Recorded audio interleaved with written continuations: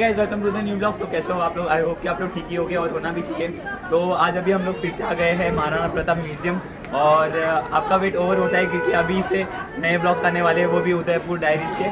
तो अभी ये पहला ब्लॉग है जो आने वाला है, वो है महाराणा प्रताप म्यूजियम का। तो चलो चलते हैं, मैं आपको बता देता हूँ टिकट के बारे में। टिकट प्राइसेस क्या है छोटे से बच्चे से लेकर फॉरेनर्स लोग का और एडल्ट लोग का। तो चलो चलते हैं।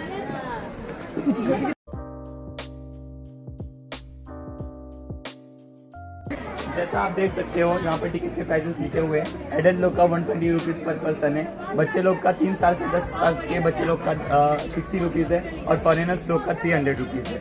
और इंग्लिश ऑडियो गाइड के लिए तुमको 200 रुपीज़ पे करने पड़ेंगे। अभी आपको व्यू दिखाता हूँ यहाँ से कैसा व्यू दिखता है। पूरा का पूरा वैलीज आपको दिखेगा यहाँ पर, अरावली रेंजेस, तो आप यहाँ पर देख सकते हैं।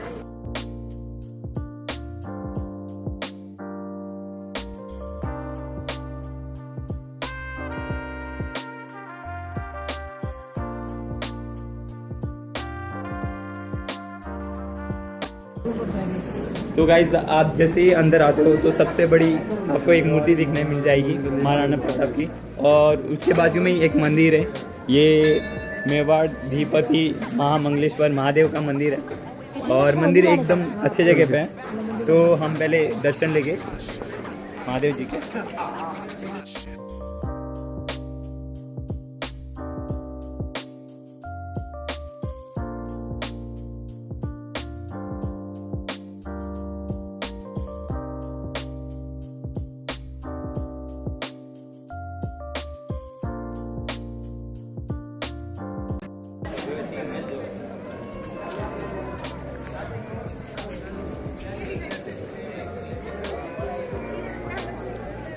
तो गाइस अभी हम लोग मेन स्पॉट पे आ गए हैं जहाँ पर मूर्तियों के द्वारा उन्होंने लड़ाई के टाइम पे कैसे घोड़े चलाए थे मानसिंह के हाथी के ऊपर, वो दर्शाया गया है। तो पहले हम लोग देखेंगे एक एक मूर्तियाँ। ये पहले महाराणा प्रताप की मूर्ति है और फिर उसके बाजू में हकीम खान सूरी है जो उनके सेनापति थे, जो उनके मतलब पूरे सेना को कंट्रोल कर रहे थे। फिर वहाँ से हम आगे बढ़ेंगे तो ये है भीलों के सरदार जो महाराणा प्रताप के साथ मतलब लड़ रहे थे। और उनके बाजू में देखेंगे तो छाला मन्ना जी है जो बिल्कुल महाराणा प्रताप के जैसे दिखते थे। तो उन्होंने ही अपने सिर पे महाराणा प्रताप का मुकुट पहन के, उनका आदेश लेके मुकुट पहना था और उनके तरफ से लड़ाई लड़ी थी। और ये जो है वो भामाशाह जी है। आप यहाँ पर देख सकते हो कि महाराणा प्रताप ने राजा मान सिंह के हाथी के ऊपर अपना घोड़े को चढ़ाया था और उनसे वार करने की कोशिश की थी मान सिंह के ऊपर, लेकिन मान सिंह बच गए थे। और जो उनके हाथी के सूंड में तलवार थी, तो उनके तलवार से जब वो घोड़ा नीचे उतर रहा था तो फिर उनकी एक टांग कट गई थी। और फिर यहीं से 22 किलोमीटर की दूरी पर वो नाला है जहाँ से अपने जो चेतक घोड़े हैं उन्होंने जंप किया था 22 फीट के नाले से, और फिर वो थोड़ी देर के बाद जाके अपने प्राण त्याग दिए थे। तो गाइस यहाँ पर देखोगे तो आप शिवाजी की भी मूर्ति रखी है। इनकी मूर्ति यहाँ पर इसलिए रखी है क्योंकि दोनों भी सूर्यवंशी परिवार से बिलोंग करते थे। दोनों भी सूर्यवंशी डायनेस्टी, मतलब एक ही पीढ़ी से बिलोंग करते हैं। तो गाइस अभी हम लोग को ऑडियो विजुअल शो देखने मिलने वाला है जो महाराणा प्रताप ने मान सिंह के ऊपर घोड़ा चलाया, तो उसमें पूरा सब बताया जाएगा महाराणा प्रताप के बारे में। तो ये ऑडियो विजुअल शो बहुत ही इंपॉर्टेंट होने वाला है, तो अभी आप लोग जाएंगे देखने। तो चलो चलते। इस म्यूजियम के संस्थापक श्रीमान मोहन जी श्रीमाली है। उन्होंने वरिष्ठ अध्यापक की नौकरी से स्वेच्छा सेवानिवृत्ति लेकर अपनी पैतृक भूमि पर इस संग्रहालय का निर्माण करवाया और मुख्य सहयोगी उनकी पत्नी श्रीमती बिमला देवी श्रीमाली इनके साथ कंधे से कंधा मिलाकर चली। इस सपने को साकार करने के लिए उन्होंने अपना सब कुछ न्यौछावर कर दिया। 18 जून 1576 ईस्वी को हल्दी घाटी का घमासान युद्ध हुआ था। ये युद्ध केवल एक दिन का था जो मेवाड़ के राजा महाराणा प्रताप एवं मुगल अकबर की सेना के मध्य हुआ था। इस युद्ध में अकबर स्वयं नहीं आए थे। उन्होंने आमेर जयपुर के राजा मानसिंह को अपना सेनापति बनाकर भेजा था। हल्दी घाटी का युद्ध 5 किलोमीटर लंबे और 200 मीटर चौड़े क्षेत्र में हुआ। आप लोग सभी संग्रहालय में खड़े हैं। संग्रहालय से 200 मीटर की दूरी पर चेतक की समाधि है। जहां पर महाराणा प्रताप के स्वामी भक्त घोड़े चेतक को दफनाया गया था। यहां से 2 किलोमीटर की दूरी पर हल्दी घाटी दर्रा है। इस दर्रे की विशेषता है कि यहाँ की प्राकृतिक मिट्टी व पत्थरों का रंग हल्दी जैसे पीले रंग का है। इस दर्रे के चारों तरफ महाराणा प्रताप की भील आदिवासी सेना राणा पूंजा के नेतृत्व में तैनात थी। ये सेना तीर, भाले, पत्थर चलाने में कुशल थी। यहाँ से 1 किलोमीटर की दूरी पर शाही बाग है, जिसमें मुगल सेना का पड़ाव था। मुगल सेना 18 जून 1576 ईस्वी को प्रातः सूर्योदय के साथ मेवाड़ की राजधानी गोगुंदा की तरफ आगे बढ़ने लगी तो उन पर महाराणा प्रताप की सेनाओं ने आक्रमण किया और उनसे गोरिल्ला पद्धति से युद्ध किया। ये आक्रमण इतना तेज था कि जिससे मुगल सेना में भगदड़ मच गई। महाराणा प्रताप की सेनाओं ने मुगल सेना को यहाँ से 3 किलोमीटर दूर पीछे समतल क्षेत्र में, जहां अभी खमनोर गांव है, वहां तक खदेड़ दिया। इसी खमनोर गांव के पास बनास नदी के पास समतल मैदान में 7 घंटे का भयानक युद्ध हुआ। इस युद्ध में दोनों पक्षों से कुल 18,000 सैनिक मारे गए। जब ये युद्ध समाप्त हुआ तो वहां पर मानसूनी बरसात हुई और वहां पर कटी हुई लाशें और खून ने पानी में मिलकर एक तलाई का रूप ले लिया। इतिहासकारों ने इस तलाई को रक्त तलाई का नाम दिया। इस युद्ध में ग्वालियर का एक पूरा राज परिवार, जिसमें राजा राम शाह तंवर और उनके दोनों पुत्र थे, शहीद हो गया। यहीं पर एक बगीचा बनाया हुआ है और जो इस युद्ध में शहीद हुए थे उनके स्मारक इसी बाग में बने हुए हैं। इस लड़ाई की विस्तृत जानकारी आपको एक फिल्म के द्वारा दी जाएगी। आप जब इस कक्ष में सब कुछ देख चुके होंगे तब ये फिल्म और लाइव व साउंड शो शुरू होंगे। तब तक के लिए धन्यवाद।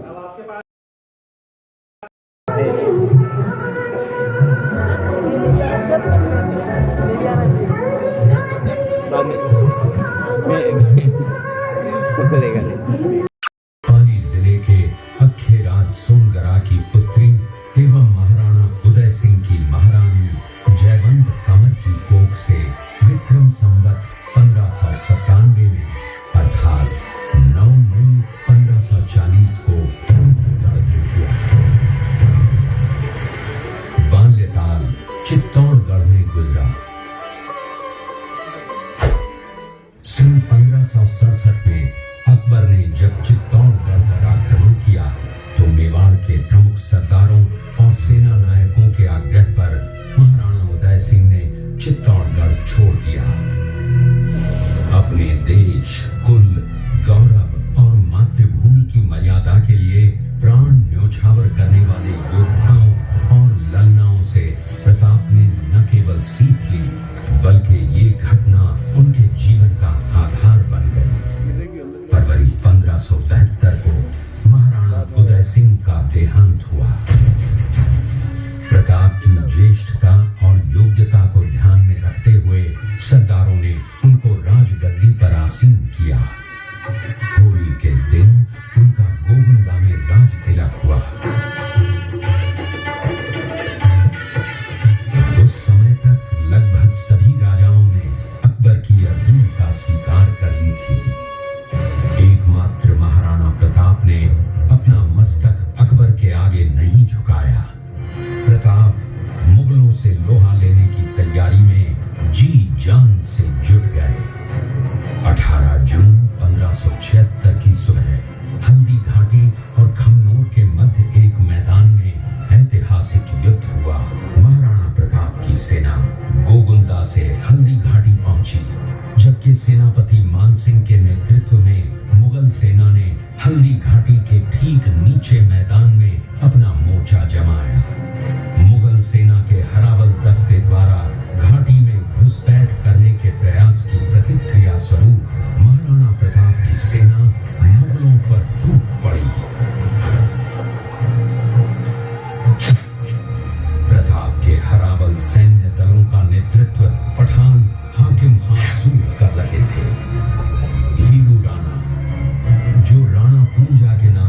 जाने जाते हैं। उनके नेतृत्व में भील आदिवासियों ने गोरिल्ला पद्धति से युद्ध करते हुए मुगलों के छक्के छुड़ा दिए। देखते ही देखते शाही सेना में खलबली मच गई। रक्त तलाई घोड़ों की टापों, हाथियों की चमगादड़ों और तलवारों की झंकारों से गूंज उठी। चारों तरफ हाहाकार मच गया।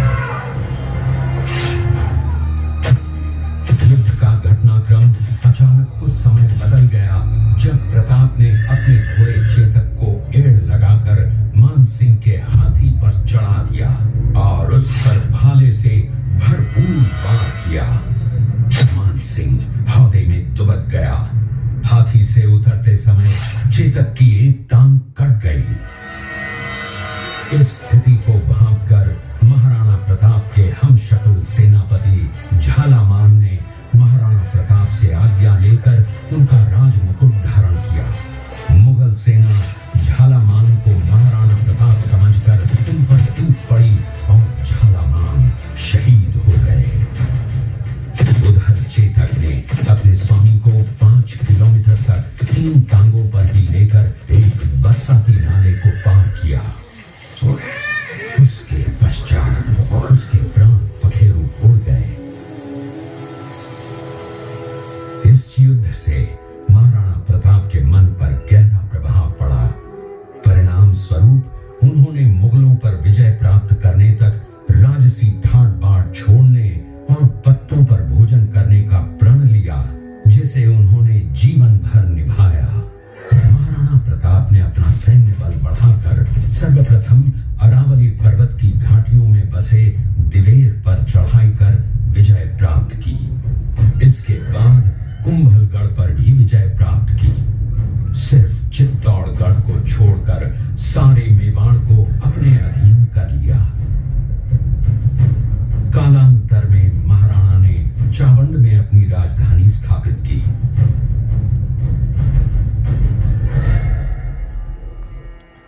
19 जनवरी 1597 को राणा प्रताप ने मात्र 57 वर्ष की आयु में इस संसार से प्रयाण किया।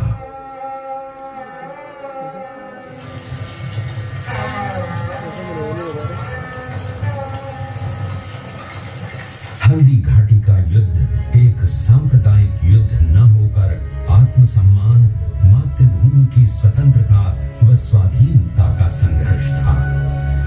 इसका प्रमाण ये है कि जहां पर अकबर की सेना के सेनापति जयपुर के राजा मानसिंह थे, वहीं पर महाराणा प्रताप की सेना के सेनापति काबुल के हाकिम खां सूर थे। महाराणा प्रताप स्वतंत्रता की वेदी पर एक ऐसा अंगारा था जो आत्मसम्मान व देश गौरव के लिए दिन रात जलता रहा, धधकता रहा और अंत में बुझकर भी उसने देश में ऐसा लौह भर दिया जिसकी प्रखर किरणों ने भारत माता को गुलामी की जंजीरों से मुक्त कराने के लिए सदा प्रेरित किया। अपनी सारी सुख सुविधा को छोड़कर अपने राजा को स्वयं का धन 25 लाख रुपए और राजकोष में 20,000 अशर्फियां देश के लिए अर्पित, जिससे महाराणा प्रताप ने 12 वर्षों तक अपनी सेना को संगठित किया, सैन्य शक्ति को बढ़ाया और मेवाड़ मातृभूमि को आजाद करवाया। कृपया अब आप सब आगे की तरफ देखिए। ये कुंभलगढ़ किला है। इस किले का प्राचीन नाम मच्छिंद्रगढ़ है। इस किले का निर्माण महाराणा कुंभल ने करवाया था। इस किले के अंदर 9 मई 1540 ईस्वी में महाराणा प्रताप का जन्म हुआ था। इस किले की ऊंचाई समुद्र तल से 3568 फीट की है। इस किले की दीवार 36 किलोमीटर तक फैली हुई है। इस दीवार का नाम ग्रेट वॉल ऑफ चाइना के बाद द्वितीय पायदान पर दर्ज है। इस किले के अंदर 360 प्राचीन मंदिर हैं। उन मंदिरों में से जग प्रसिद्ध महादेव का मंदिर सबसे प्राचीन है। कुंभलगढ़ किला यहाँ से 65 किलोमीटर की दूरी पर है। कृपया अब आप सब पीछे की तरफ देखिए। ये दृश्य मेवाड़ की प्राचीन राजधानी चित्तौड़गढ़ का है। इसी किले के अंदर महाराणा प्रताप का बचपन बीता था। इस किले की तलहटियों में महाराणा प्रताप ने अपने गुरु से शिक्षा प्राप्त की थी। ये किला 12 वर्ग किलोमीटर में फैला हुआ है। इस किले पर जब भी विदेशी आक्रांताओं ने आक्रमण किया और उस आक्रमण में कोई भी राजा व सैनिक वीर गति को प्राप्त कर लेते तो उनकी पत्नियां वीरांगनाएं अपने सतीत्व की रक्षा करने के लिए जलती हुई अग्नि में कूद प्राणों को त्याग देती थी, जिसे हम जौहर कहते हैं। चित्तौड़गढ़ में 3 मुख्य बड़े जौहर हुए थे। प्रथम जौहर 1303 ईस्वी में रानी पद्मिनी ने 16,000 स्त्रियों वीरांगनाओं के साथ जौहर किया था, सिर्फ अल्लाउद्दीन खिलजी के कारण। दूसरा जौहर 1535 ईस्वी में गुजरात के शासक बहादुर शाह के आक्रमण के कारण रानी कर्मावती ने वीरांगनाओं के साथ किया। और तीसरा जौहर 1568 ईस्वी में जब अकबर ने चित्तौड़गढ़ पर आक्रमण किया, उसी समय रानी फूलकुंवरी ने 7,000 वीरांगनाओं के साथ जौहर किया। फिर भी अकबर का मन नहीं भरा और अंत में हजारों आम लोगों का कत्लेआम करवाकर उन्हें मौत के घाट उतारा गया। इस किले में देखने योग्य विजय स्तंभ है, कीर्ति स्तंभ, मीरा मंदिर, जैन मंदिर, कालिका माता मंदिर, भामाशाह हवेली, कुंभाश्याम मंदिर, फतेह प्रकाश महल है। ये किला यहाँ से 140 किलोमीटर दूरी पर है। ये देखते हुए सभी अतिथि आगे की तरफ चले। अरे शेरपुर गांव का दृश्य है। अब्दुल रहीम खान खाना अजमेर का सूबेदार था। जब वो शेरपुर पहुंचा तब इसका पता कुंवर अमर सिंह को चला, जो महाराणा प्रताप के पुत्र थे। अमर सिंह ने शेरपुर छावनी पर अचानक आक्रमण कर दिया। उस आक्रमण में मुगल सेना में भगदड़ मच गई। मुगल सेना को अपनी छावनियों को छोड़कर भागना पड़ा। छावनियों के अंदर से लूटा हुआ माल व अब्दुल रहीम खान खाना, जिसकी बेगम आनी खान को बंदी बनाकर महाराणा प्रताप के सामने पेश किया गया। तब अमर सिंह पर महाराणा प्रताप क्रोधित हुए और कहा, जहां से इस नारी को बंदी बनाकर लाए हो, इसे पुनः ससम्मान लौटा कर आओ। महाराणा प्रताप ने कहा, हमें नारी से कोई दुश्मनी नहीं है, हमें तो देश विद्रोहियों से दुश्मनी है, जिन्होंने चारों तरफ आतंक फैलाया है। महाराणा प्रताप के आदेश का पालन करते हुए कुंवर अमर सिंह ने उस मुगल नारी को ससम्मान छावनी तक पहुंचाया। इस प्रकार महाराणा प्रताप ने अपने क्षत्रिय राजपूत धर्म का पालन किया और पराई स्त्रियों को मां, बेटी और बहन का दर्जा दिया। आप लोगों ने चित्तौड़गढ़ का दृश्य देखा। उसी किले के अंदर की एक घटना है। मेवाड़ की एक ऐसी मां थी जिसने अपने पुत्र का बलिदान देकर राजवंश की रक्षा की थी। उस मां का नाम पन्नाधाय था। पन्नाधाय जाति से गुर्जर थी। वो एक राजकुमार की धाई मां थी। दूसरी तरफ हाथ में तलवार लिए खड़ा ये बनवीर सिंह एक दासी पुत्र है। ये कुंवर उदय सिंह की हत्या करके मेवाड़ की राजगद्दी प्राप्त करना चाहता था। एक रात्रि बनवीर सिंह को मौका मिला। वो राजकुमार उदय सिंह के बड़े भाई विक्रमादित्य सिंह की हत्या करके राजमहल की तरफ आगे बढ़ा। इसकी सूचना पन्नाधाय को लग गई। कुछ समय तक पन्नाधाय चिंतित हुई। तभी पन्नाधाय ने अपने पुत्र चंदन को राजसी कपड़े पहनाकर पलंग पर सुला दिया और उदय सिंह को एक टोकरी के अंदर छिपाकर पत्तों से ढक के महल के बाहर निकालकर गुप्त रास्ते से कुंभलगढ़ भेज दिया। बनवीर सिंह जब तलवार लेकर राजकक्ष में आया तो उसने पन्नाधाय से कड़क आवाज में उदय सिंह के लिए पूछा, तो पन्नाधाय ने चंदन की तरफ इशारा किया। बनवीर ने चंदन को उदय सिंह समझकर चंदन की हत्या कर दी और ये समझने लगा कि मैंने राजकुंवर उदय सिंह को मार दिया। वही राजकुंवर बड़े होकर राजा बने और अपने नाम का उदयपुर नगर बसाया, जो यहाँ से 40 किलोमीटर दूर है। और उन्हीं के पुत्र महाराणा प्रताप हुए, जिन्होंने हल्दी घाटी का युद्ध लड़ा, और आज हम लोग उनका इतिहास यहाँ पर देख रहे हैं। ये देखते हुए सभी अतिथि आगे की तरफ चले। ये घटना महाराणा प्रताप की वीरता को दर्शाती है। एक समय नरभक्षी बाघ का आतंक छाया हुआ था। महाराणा प्रताप ने उस बाघ का शिकार कर उस बाघ को मार डाला। ये घटना महाराणा प्रताप की वीरता की प्रतीक है। कृपया अब आप सब पीछे की तरफ देखिए। इस दृश्य में देखिए महाराणा प्रताप अपनी प्रतिज्ञा का पालन करते हुए। महाराणा प्रताप ने प्रतिज्ञा की थी कि जब तक अपनी मातृभूमि को शत्रुओं से मुक्त नहीं करा लेता, तब तक न तो मैं महलों में रहूंगा, न किसी धातु के पात्र में भोजन करूंगा, न किसी गद्दी के बिछौने पर सोऊंगा। पत्ते ही भोजन के पात्र होंगे, जमीन ही बिछौना होगा। इस प्रतिज्ञा का पालन उन्होंने 21 वर्षों तक जंगलों में रहकर किया। आगे आ जाइए।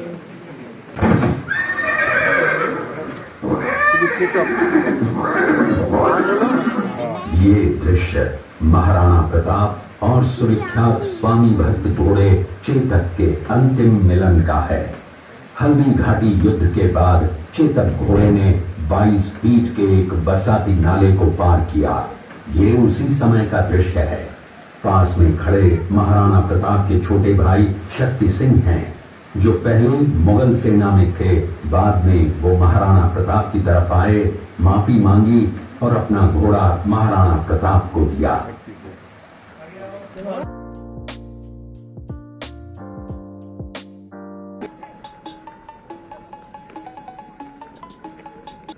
तो गाइस म्यूज़ियम के राइट साइड से हम लोग ने टर्न लेके अभी ऊपर चढ़ान करके हम लोग आ चुके हैं। यहाँ पर आप ऊपर देखोगे तो तुमको महाराणा प्रताप के स्मारक को देखने मिलेगा। तो अभी हम लोग ऊपर जाते हैं। चलो चलते हैं, मैं आपको दिखाता हूँ, बहुत ही ज़्यादा मज़ा आएगा।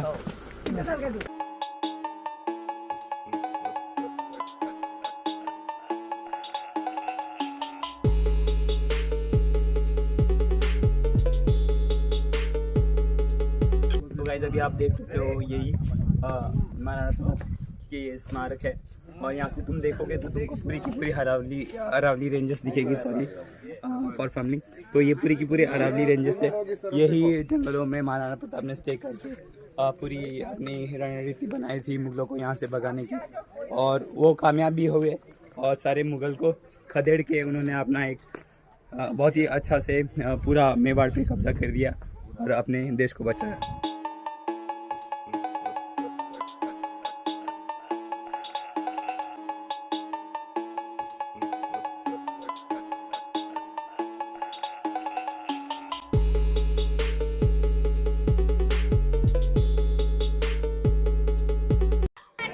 तो गाइज़ अभी हम लोग म्यूज़ियम के बाहर निकल चुके हैं। यहाँ पर आप सामने देख सकते हो कि कैमल राइडिंग, हॉर्स राइडिंग भी होती है, और आपको यहाँ पर सब खाने की चीज़ें मिल जाएगी, मैगी से लेके आइसक्रीम तक।